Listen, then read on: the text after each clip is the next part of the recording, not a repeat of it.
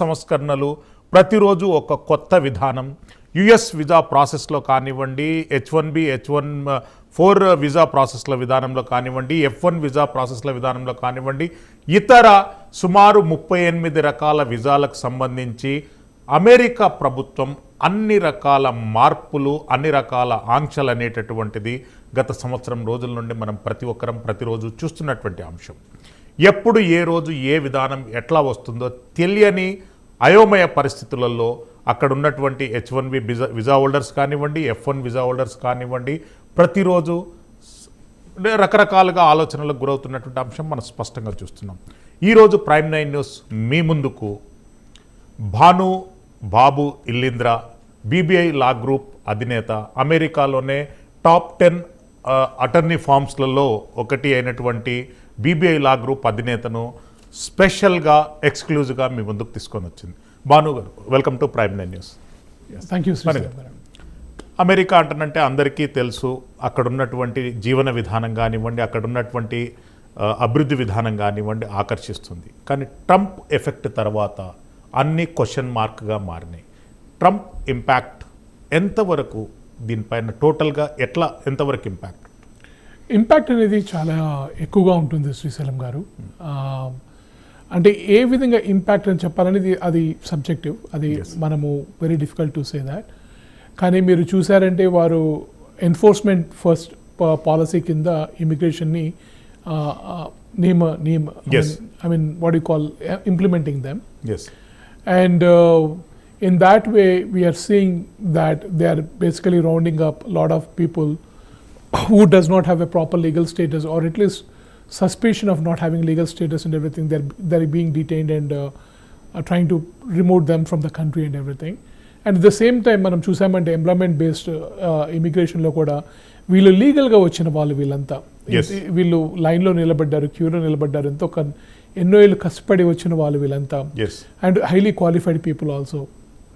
వాళ్ళకు కూడా H1BC కానీ F1s కానివ్వండి, లేకపోతే L1s కానివ్వండి, O1s కానివ్వండి, వాళ్ళకు కూడా కొద్దిగా ఇబ్బందులు బాగానే అవుతున్నాయి. ఎక్కువ స్క్రూటినీ జరుగుతుంది. లేనిపోని అంటే కొన్ని అవసరము కొన్ని అనవసరము అని చెప్పలేము. బట్ పాయింట్ ఏంటంటే గవర్నమెంట్ ఫీల్స్ లైక్, అంటే Trump administration feels like. Bhanu గారు, అంటే ట్రంప్ అడ్మినిస్ట్రేషన్ లోపల ఇన్సెక్యూరిటీ ఫీలింగ్ అనేటటువంటిది అన్ని వీసా కేటగిరీస్కి అనేటటువంటిది ఏర్పడి, అంటే F1 వాళ్ళు ఇన్సెక్యూర్గా ఫీల్ అయ్యారంటే వాళ్ళు ఇంకా ఒక స్టేబిలిటీ అనేటటువంటిది లేదు. H1B కానివ్వండి, H1 కానివ్వండి, ఉద్యోగ బ్యాక్గ్రౌండ్తో ఉన్నటువంటి ప్రతి వీసాలలో కూడా క్వశ్చన్ మార్క్ అనేది కంటిన్యూ అవుతుంది. అసలు అంత ఇన్స్టెబిలిటీ థింకింగ్ ఉంటే ఎవరైనా వర్క్ పర్ఫార్మెన్స్ చేసేటప్పుడు ఎట్లా చేస్తారు? See, that is the problem which we are all discussing with what's happening with the Trump administration. Unfortunately, this America First or Immigration Enforcement First policy ప్రకారంగా వాళ్ళు ఇమిగ్రేషన్ టైట్ చేయడము, lot of insecurity for the people who are staying in America right now, especially people who are on H1B visa and F1 visa.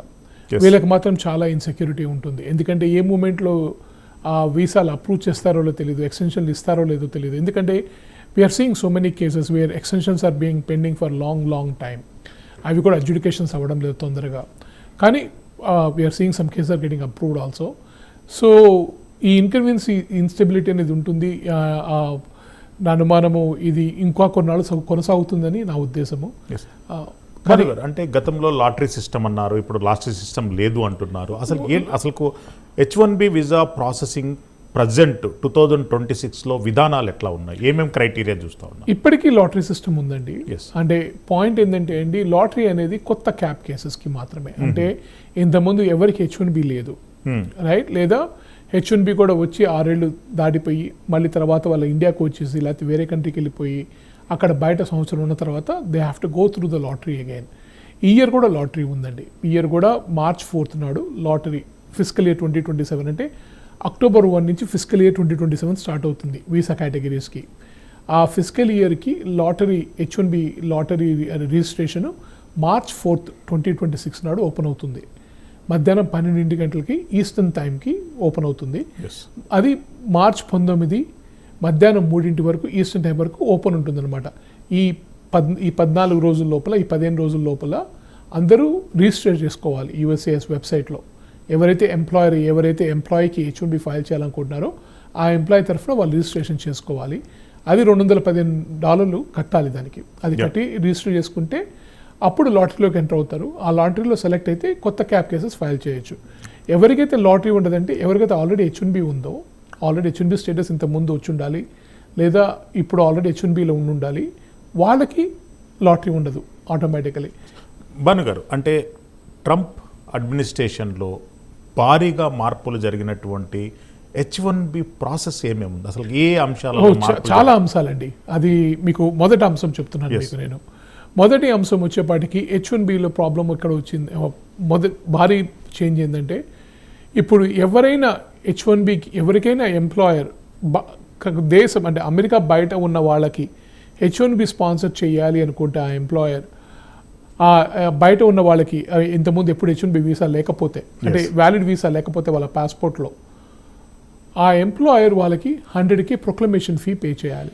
100K proclamation fee అనేది president Trump తను మొదటి రోజు ఏ రోజైతే పదవికి వచ్చాడు, జనవరి 20వ తారీఖు తను